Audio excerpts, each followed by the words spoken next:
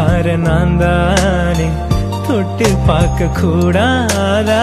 கண்ணம் தொடும் கை ரெண்டும் கீழே கொஞ்சம் நீளாதா இந்த நாட்டில் தீண்டாமைதான் இன்னும் உள்ளதா வயசுக்கு வந்த பூ ஆசைய பேசுமா